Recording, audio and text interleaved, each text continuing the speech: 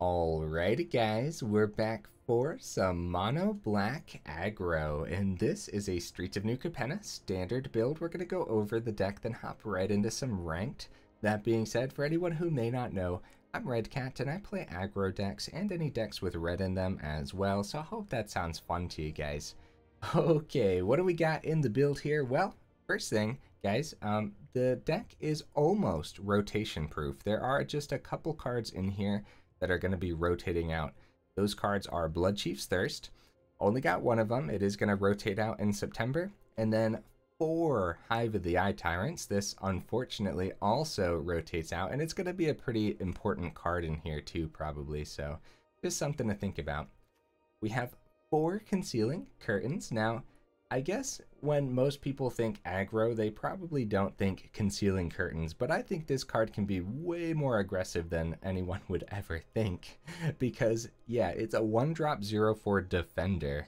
Okay, but then you can pay 3 to transform it and activate only as a sorcery. That's going to be important probably to remember. It transforms into a 3/4 with Menace, and when it does transform, target opponent reveals their hand. You may choose a non-land card from it. If you do, that player discards that card, then draws a card. So that's pretty good. You can essentially, get that meat hook out of the opponent's hand. Get it out of here. We don't care if you draw a card in return. That's the concept behind having Concealing Curtains in here. And just 3/4 with Menace happens to be pretty darn good too. Now, a 0/4 defender is alright. What it does well is actually defends against all the Boros running around, so yeah, that might help us keep up. We have 4 Okiba Reckoner Raids. The first 2 abilities aren't half bad here. Each opponent loses 1 life, you gain 1 life, and then when it does transform on the 3rd turn, it comes back as a 2/2 Menace, and we don't worry about the vehicle ability here. There's no vehicles in the deck, but coming back as a 2/2 Menace isn't half bad. Lots of menacing creatures in this build. We have 2 Graf Reavers, a 2-drop 3/3, nice, with Exploit, and when Graf Reaver exploits a creature, destroy target Planeswalker. Not bad. We're probably going to use this a few times to pop some Planeswalkers because, yeah, Planeswalkers can be devastating. And cards like Infernal Grasp doesn't hit Planeswalkers, it just hits creatures, so... Also, at the beginning of your upkeep, Graf Reaver deals 1 damage to you, so there is another downside to this being a 2-drop 3/3. Hopefully that doesn't end up killing us one of these times. We have, of course, the 2 Infernal Grasps that I just mentioned. We have the 4 Tenacious Underdogs, because this card is super aggressive, obviously, and then the Blitz on here is incredible as well. Yeah, we're losing a lot of life for our own cards in this one, huh, guys? Hopefully that doesn't end up killing us too often.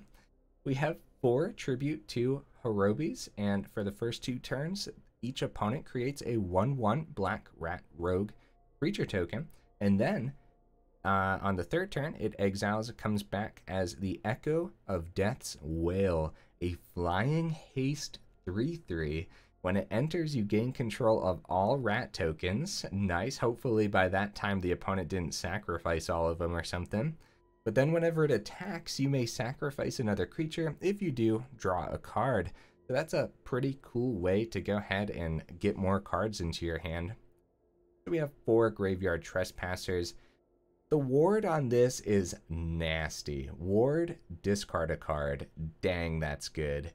I mean, we see Graveyard Trespasser more and more every time we play. It is just so darn good, and I opted for 4 of these instead of a single Shakedown Heavy. That might be a mistake, but I don't think it's gonna be, guys. Shakedown Heavy doesn't, prevent the opponent from removing it, like with the ward of discard a card. I just feel like that ward is just so powerful.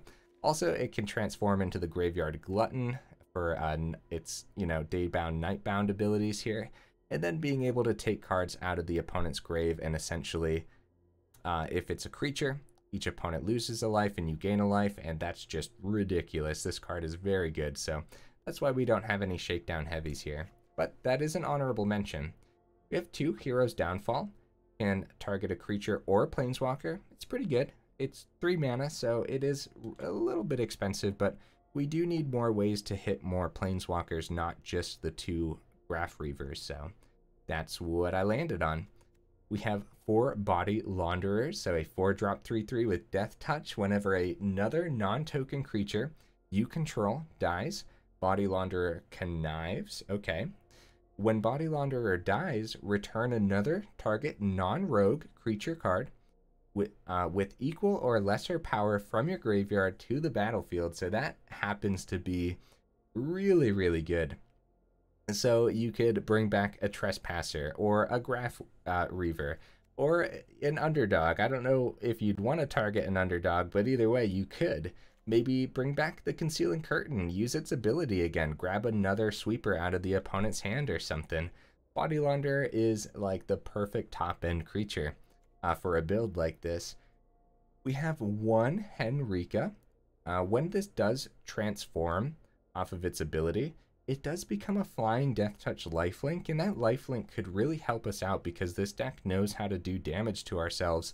So, other than that, the other abilities on the card aren't half bad either. Being able to draw a card, lose a life, that's fine. Or each player sacrifices a creature.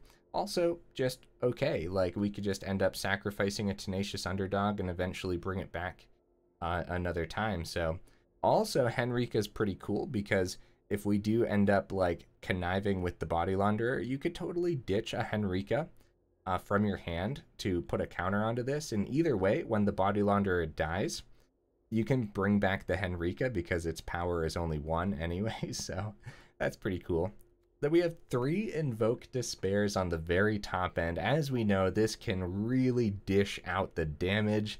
Target opponent sacrifices a creature. If they can't, they lose 2 life and you draw a card. Then repeat this process for each enchantment and each planeswalker. Very nice. We know that this can dish out damage, but also just keep the board state clear too. So we do have 25 land total. We already went over the 4 hives, but we also have an abandoned mire here too. And we have 25 land, which might seem like a lot for an aggro deck, but all these 4 drops and 5 mana sorceries and everything, like, we're gonna need a lot of land for this build. Even just like, you really want to make sure you can get 3 mana down as soon as possible to either flip the curtains or just play your 3 drops. So yeah, hopefully I went over the deck well enough. I do think this one's gonna be pretty darn good, but we'll see. Another honorable mention, guys, Meathook Massacre.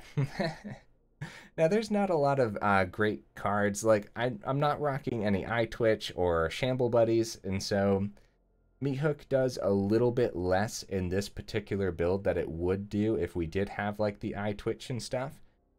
But it's still a card to consider, and after today's matches, maybe we will talk more about Meathook, but we'll see. Either way, guys, let's go ahead, take this into some ranked, and see how it does.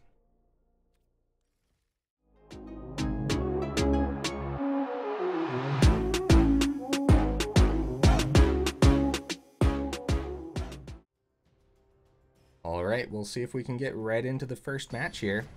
Yeah, not bad. 5 seconds. I'll count it. Get right into the first match for some good luck. See how this draw looks here. Nice. Nice. That's not bad at all, guys. We're actually going to start with the curtain here. Actually, if we would have gone raid. Okay, we got another curtain anyways. That's funny. That's funny. It's fine. Let's get the Reckoner raids down. And then we can flip the Concealing Curtain next turn. This looks like Boros, doesn't it? Oh, second den. Yeah, that's probably gonna be Boros. It could be mono red though. That could be cool. Concealing Curtain doing a thing. That's awesome. Now the question is, do we want to save this as a blocker, just get the Trespasser down? Honestly, probably. Trespasser's so good against like a Boros style build, because are they really going to want to try to burn it and discard, you know? Oh, Luminarch gets the Bloodthirsty Adversary above. Oh! I don't think we want to trade here. If they really, really want to take out Curtain, they can. I think we're just going to take the 3. We can outrace this, guys. If they really want to burn the Curtain, they can. Okay. That's damage not going to our face, and we have another Curtain in hand. I think we are going to swing with the Trespasser. We have a problem. We got to get rid of Luminarch, but we're not seeing removal right now. We definitely play the Swamp. We know that.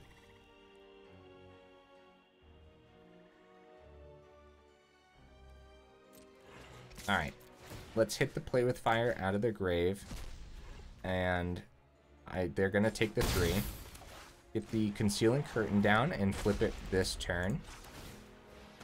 Yeah, there's a big problem with that Luminarch over there. Okay, I don't like the Commando, but ditching their Royal Eruption and then taking it off the Trespasser next turn seems pretty good.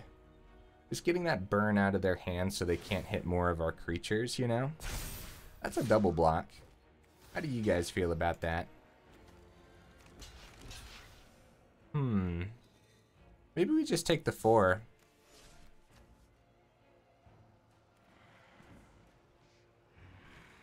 Alright. This turn, I'm just going to take the 4. Commando. We know they have another mountain to play.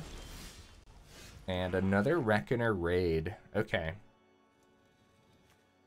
I want to get that Royal Eruption out of their grave. I think we play everything out. We save some blockers back. Plus, it's an easy block Road Captain into the Etching. If they go Etching into Graveyard Trespasser, it's not that bad because they're at 10.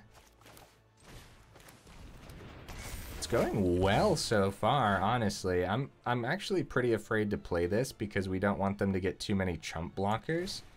But for now, since we're kind of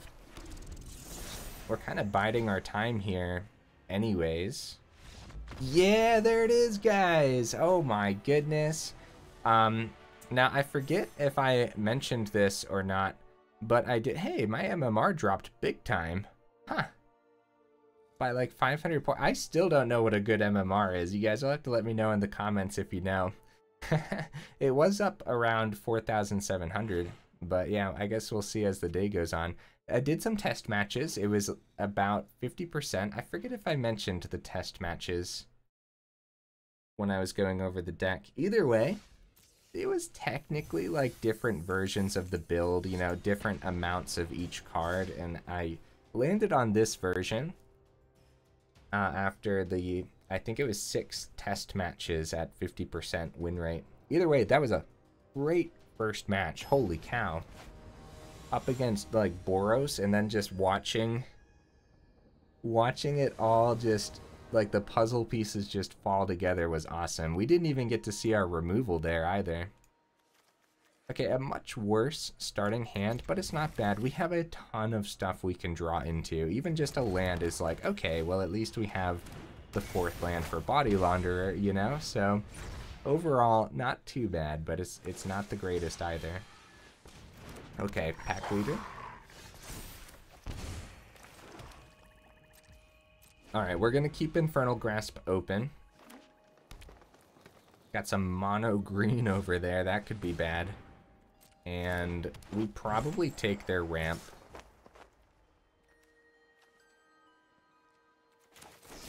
Yeah, we take their ramp away. This is pretty bad though because we're taking a good chunk of damage there. Yeah, Hive isn't too bad. Keep the other Infernal Grasp open.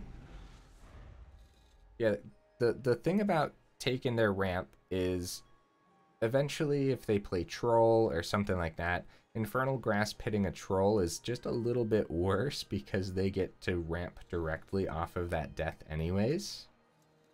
And so taking it away this turn makes it so that way they can't just slap an Ulvenwald Oddity onto the board. You know, play a land, use the Sculptor.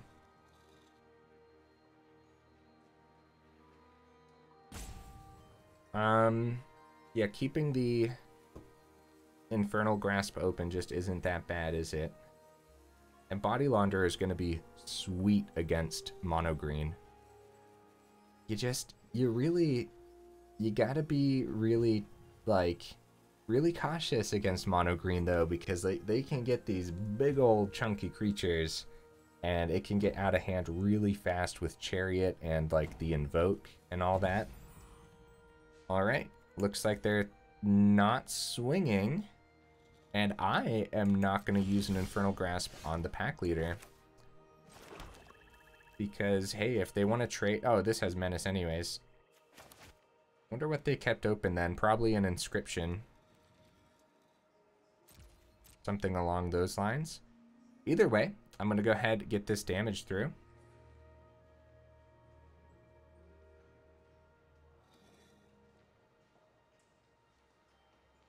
Maybe. Maybe get this damage through. Opponent is thinking it could be a Snakeskin Veil too. But again, yeah, we're not using an Infernal Grasp on a pack leader when we know there's a lot of other great targets to hit.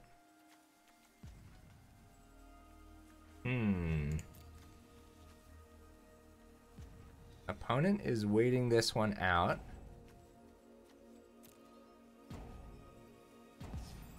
Okay, well, go ahead and swing. And drop the Body Launderer.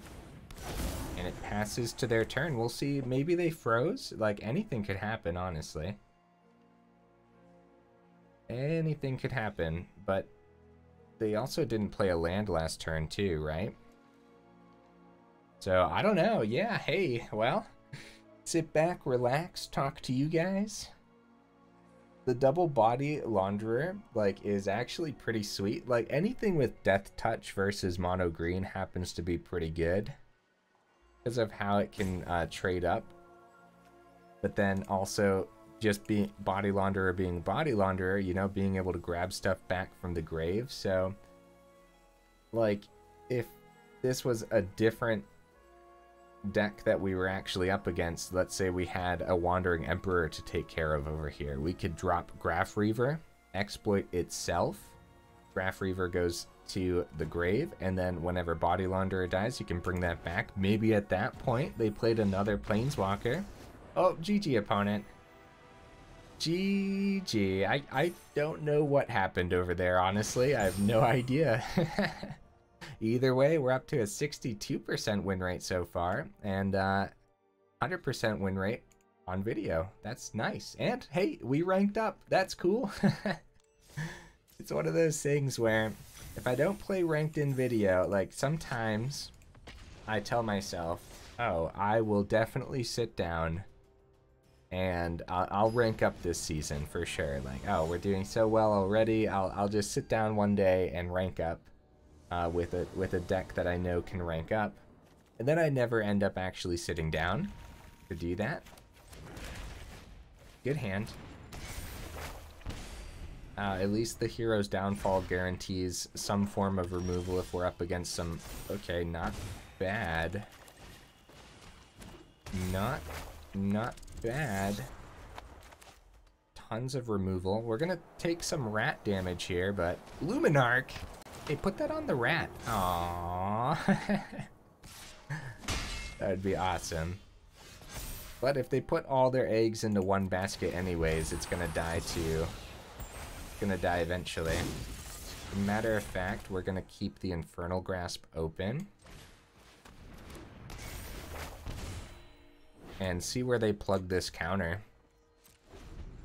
And if they play another creature, then we'll get rid of Luminarch. Crap. Okay, well, let's see where they plug these. Whichever one ends up with more counters is the one that we take out. Credit, there you go. Okay, so the 3, they're probably going to swing with it. Okay, so we'll take out the Luminarch, that has the most counters. And I'm actually just going to take the 2 off the rats so I can get more rats back. Hopefully that's an okay decision here. I'm gonna use 1 to draw right away.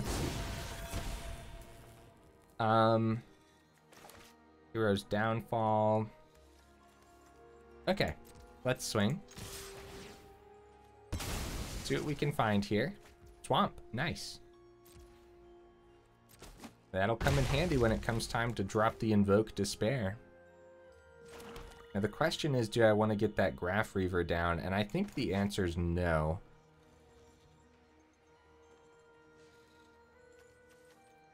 We'll keep the Hero's Downfall open. I think that's completely fine. Another Luminarch, holy cow, okay, whoo, whoo, buddy. Yep, yep. Okay. Now I'm getting nervous. If we top deck a land, though, then it's Invoke Despair time. We don't get that land, but Concealing Curtains pretty darn good, isn't it? I am going to draw, though, because we might draw a land off. Oh, there it is. Invoke Despair. It is, I guess. That's brutal, dude. Holy cow. Oh my goodness, that's nasty. Okay, well, GG opponent. Holy cow, guys. What on earth? Hey, maybe my MMR was higher because we were playing Alchemy. Oh, maybe there's different MMR for the, yeah, for the different, like, wherever you play. I can't speak right now for some reason. Like, if you play Explorer and Standard, like, maybe your MMR will be different for those two different. Why can't I think of words right now? Somebody help me, send help. Oh no, send a dictionary. Okay. Okay, man, these hands have been pretty great, huh? Like, overall.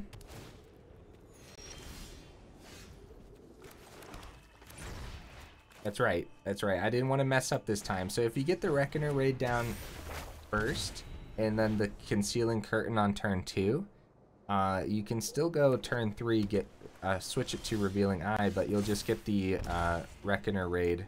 Oh. There we go. You'll get the Road Captain sooner. Looking for that Jwari. No Jwari on these. Tainted Indulgence, nice. So we're gonna have a decision between Trespasser and Curtains, and if they keep all of their mana open, it's gonna be flip the Curtains.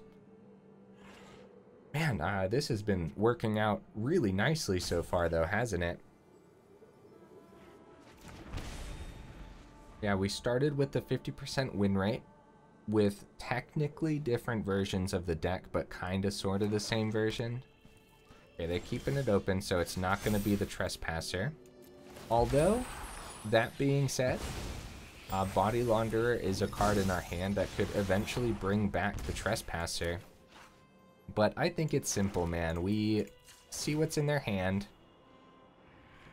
They could also just, yeah, they could totally remove that before we get in. That's completely fine too, isn't it?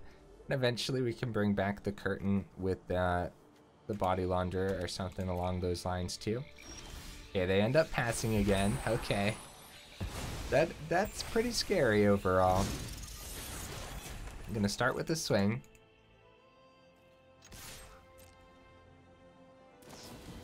Tainted Indulgence, yep. Let's double check what they're discarding here. Witness the Future. So we got some Dimir control going on over there, which could be really bad. We have 2 open, so I'm still gonna play around a Jwari and not get the Launderer down. But it still could just be like another power word kill. But Graveyard Trespasser is pretty hard to remove. Another Tainted Indulgence. Oh, buddy. Yeah. Drops a Jwari. Nice. We were playing around that. We were playing around that. Okay. Get that insight out of there. Yeah, Trespasser. You're going to see more and more Trespasser as time goes on. How about it, guys? Trespasser just does a lot. Me hook for 3. Oh no, right on time for the opponent. At least they're tapped out, so we can actually get the Launderer down, and if they meat hook that, at least we can start bringing other stuff back from the grave. So we're not out of this yet. They definitely controlled the board state well enough to where it's not looking great for us, but we're certainly not out of this, especially not with Hive of the Eye Tyrant on the board too. And okay, I think this might be... I really like the opponent's deck. It looks relatively budget, doesn't it? Looks relatively budget friendly. And we've been seeing a lot more of this card recently too, and this is a pretty sweet one, guys. They go for the full cleave cost on that one too. Get rid of one of the Launderers, yeah. Makes sense to me. So power up Hive, or drop the other Launderer. I think we drop the other Launderer. Because they're not rocking white, so a farewell isn't going to happen. So I'm not anticipating any exile. So I think this just happens to be really good. And if it was like a Jwari holding this up, then we had the 1 mana there too, so that's excellent. Yeah, if they end up killing these, we get a Trespasser and a Curtains back. You can't bring a rogue back. It's non-rogue, so you can't bring back the Body Launderer itself, but still.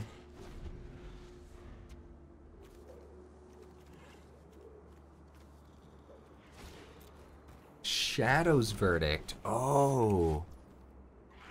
Oh.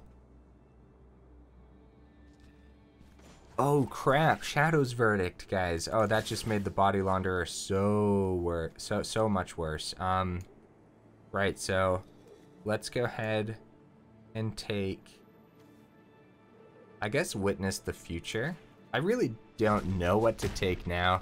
If they end up wiping the board next turn, like, if they set up with that Verdict, just so that way they can kill both Body Launderers without us getting any benefit. Okay, they get 1. They're back up to 8. And there's nothing in the grave, unfortunately. But we do get that Connive. That's good. That's good, at least. Yeah, back up to 8, unfortunately. Only have 7 here with the Hive. Ah, this is tough. This is tough. We gotta Hive on in. I know that they have 2 open, but we have to. There's like... Yeah, we have to risk it now. Like, we have to risk everything now. Because they could just keep top decking Fire. They could get another Invoke Despair. Like, this could just get worse and worse as time goes on. Power Word kill on the Hive. We do get to Connive, luckily, on the Body Launderer here. And I'm tempted to ditch the other Graf Reaver. I want to get this up to 5 so we can get them down to 4 this turn. Alright, let's ditch the Hero's Downfall and hope that we don't end up regretting that. Yeah, just for the extra counter. Like, we could have just got rid of the Swamp and just swung in for 4, but... Yeah, there's just no guarantees, and if the Body Launderer dies, we can bring back the Graf Reaver, unless they have, like, another Shadows. The Shadows Verdict was brilliant. To get rid of the cards in my grave, that was sweet. That was really, really smart. Witness the Future. Okay. Okay, did they hit the other Witness the Future? Yeah, they brought the other one back into their deck, I think. I wish it would let us see. Like, it happens really fast over there. Okay, Invoke Despair.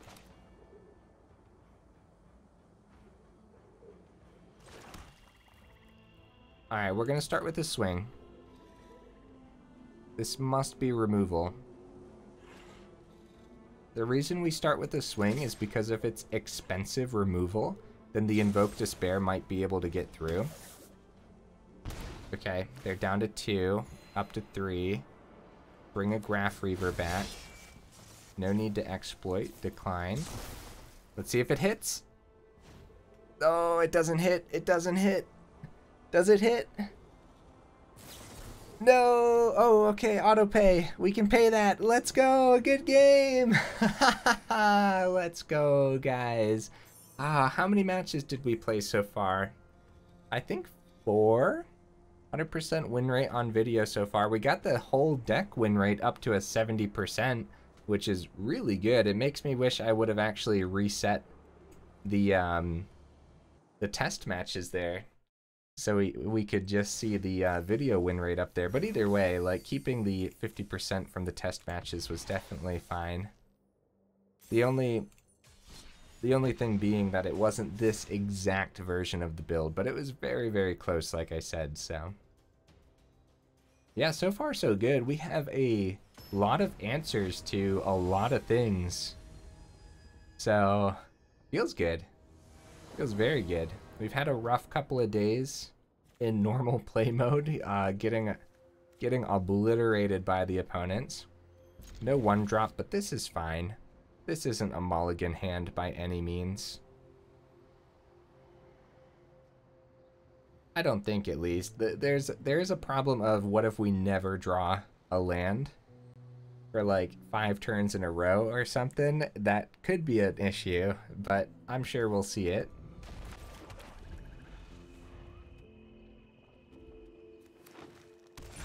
Okay. Oh, that's a turn late. That's okay. I think we'll start with the tribute here. Give them some rats to start swinging in to our face with, right?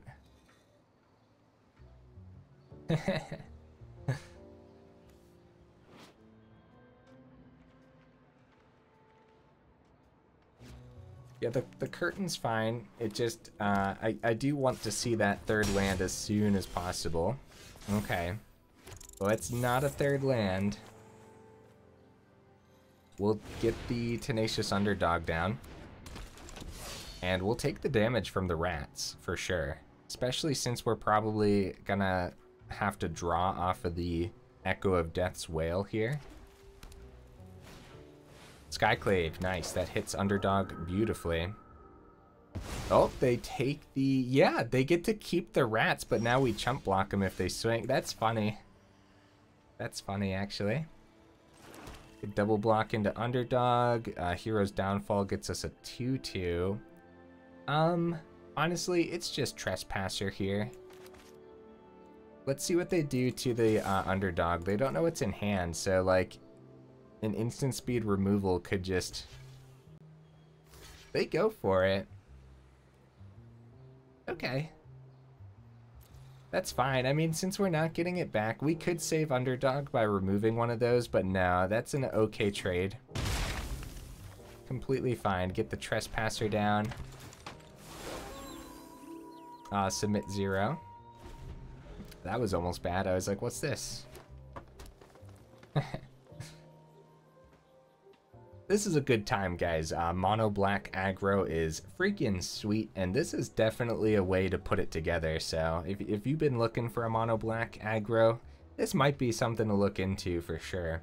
I think Concealing Curtains and everything just happens to be overlooked for mono black aggro, and I didn't look too much into like every single person's mono black aggro build out there, but I don't think I've ever seen the curtains in one. So if you guys have, let me know in the comments, and I would love to check out their build as well.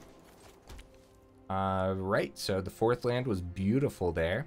This can't attack or block yet, so Trespasser can swing on through. We can also get the curtains down, buff it on up.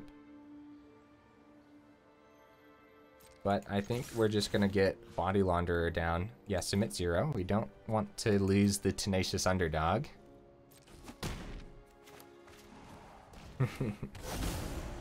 So they have a ton of mana over there, and what we know about Selesnya is they have a ton of amazing top-end creatures, like Titan of Industry, for example, Sanctuary Warden.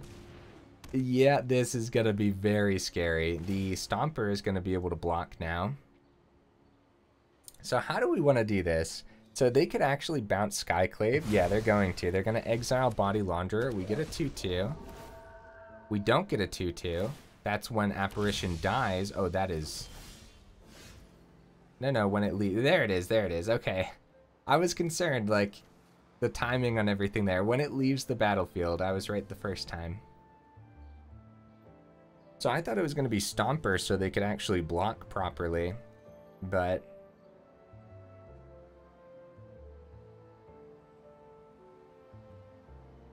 I think that's fine. I think everything's fine here. I think we swing.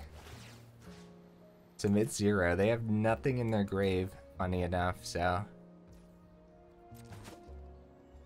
I'm gonna go Curtain. And we're gonna make them discard the Titan of Industry. And I don't care if they take Curtain. We're getting rid of that Titan. Get it out of the hand. Oh, Wandering Emperor. Dang, it's just a bunch of land. Oh crap, what if they draw the Titan of Industry now? That could be bad. So they could Teleportation Circle the Skyclave. We get a 4/4. They could take the Revealing Eye, which... Oh no, we helped them draw it, guys. We helped them draw it. They want a shield counter. Shield counter for sure. Shield counter, and it breaks our hopes and dreams. Oh, they go for the life. Okay, we can kill this. Oh, wait. Teleportation Circle. Oh, crap. Oh, crap, guys. Was Revealing Eye too greedy there? Oh, no. What have I done? Yeah, they really, really want this shield counter. They go, yep, Rhino. Shield counter, yep. Okay, well, GG, guys. Wait. We do have 2 removal. We could get rid of this. We could hit this. I would love to see an Invoke Despair to hit that Teleportation Circle. We can't let them keep repeating here. So, this is absurd, but we...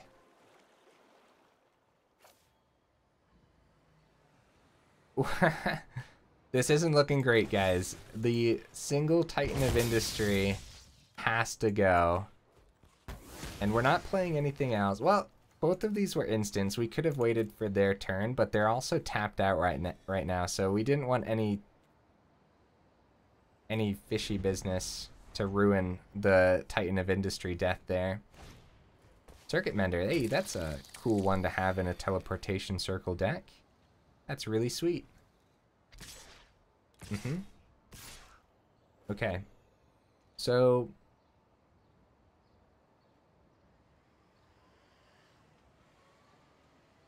let's... I'm trying to think. If we take the 12, are we safe? I think we might just be dead either way. Let's just take the 12. I think that this is the opponent's, and I think it's going to come down to, can we find an Invoke Despair and be able to block next turn? They go for the Circuit Mender, draw a card, gain life. Oh, they have Cave of the Frost Dragon, though. Now they can just swing in the air. Gonna Invoke Despair anyways. So we can go Concealing. Infernal Grasp, not an Invoke Despair. What did I say? Am I crazy? Yeah, good game, opponent. Good game. So we should have blocked there technically if we wanted to continue a little bit. But honestly, I think our deck is well equipped. Very good game. I think our deck is well equipped to take this on. We're gonna let them play this out for sure. Yeah, and Invoke Despair hitting the Teleportation Circle. They ended up finding the Titan off the top, which was kind of our fault, but we'll go ahead and block on the ground in case the opponent has the annoying quest where you have to kill opponent's creatures. That's like the worst quest of them all. I don't even know if it's still a quest. I don't think I've seen it in a while. Okay, bringing the deck back down to a 63% win rate, which is actually just freaking incredible, isn't it? Either way, we're almost 40 minutes into the video, and I think that was 5 matches. Too bad we couldn't end on a high note, but like I said, I think our deck is well equipped to actually take on a deck like that. We just didn't see it that time round. And a couple bad plays on my part too, for sure. I could have played that one out a little bit better. Getting greedy with the first Concealing Curtains, like, oh, I thought, like, I thought I knew that the Titan of Industry was in their hand for sure. And so I was like, oh, I got to get rid of that. And then we ended up hitting a Planeswalker, which was actually really cool.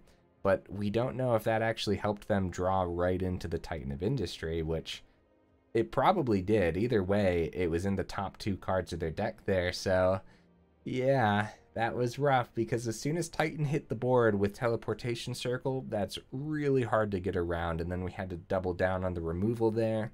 Not seeing Invoke Despair that match was rough, because obviously this gobbles up the Teleportation Circle very easily. They would have to double down on the circle to be safe from a Despair, which is kind of crazy, right? The deck has answers, guys. Holy cow, does it ever have answers. Don't drop any land. I think 25 is right where you want it, because our top end, you know, 4 and 5 is actually harder to get to than you would think, I guess, because there were maybe like 1 or 2 moments where we were like, okay, we want to see a land off the top, and we ended up getting there, luckily, because we do have the 25 over here. The removal is fine. I think Hero's Downfall is definitely worth your while, and I think so much so that you might want to drop an Infernal Grasp and go up a 3rd Hero's Downfall. There's tons of control out there, which means tons of Planeswalkers too, so Infernal Grasp, losing the 2 life happens to not be too great right now, and you run up against Boros Aggro, for example, and they're melting your face off, and the only way that you can help that situation is to melt your own face off with an Infernal Grasp, happens to not be the greatest. And so some other things to think about, since the deck is almost rotation proof, like if you don't care if it's rotation proof or not, you could go up another Bloodchief's Thirst. So drop both of the Infernal Grasps, go up a Bloodchief's Thirst, and go up a Hero's Downfall, and then hope that in the next set we get some great removal for a deck like this, where, yeah, the 2 life off of Infernal Grasp happens to be a lot, huh? Other than that, Body Launderer was sweet, Trespasser was sweet, Concealing Curtains was awesome, Reckoner Raid was awesome, Underdog, Tribute showed its weakness in the one match where it actually got destroyed, and then we couldn't actually get the rats back. So that is a problem. If the opponent does have removal for this, then they just get a couple free rats and completely waste your turn when you play this. But when it does flip, a flying haste 3/3 that draws you cards is insane, and I think well worth the risk. What do you guys think? Woo! This was a good time, guys. This was a good one for sure. I enjoyed it. I would consider ranking up with this one, and you know, because it just felt really powerful overall. Either way, if you made it this far into the video, y'all are champions, and I super duper appreciate you, and I will see you in the next video.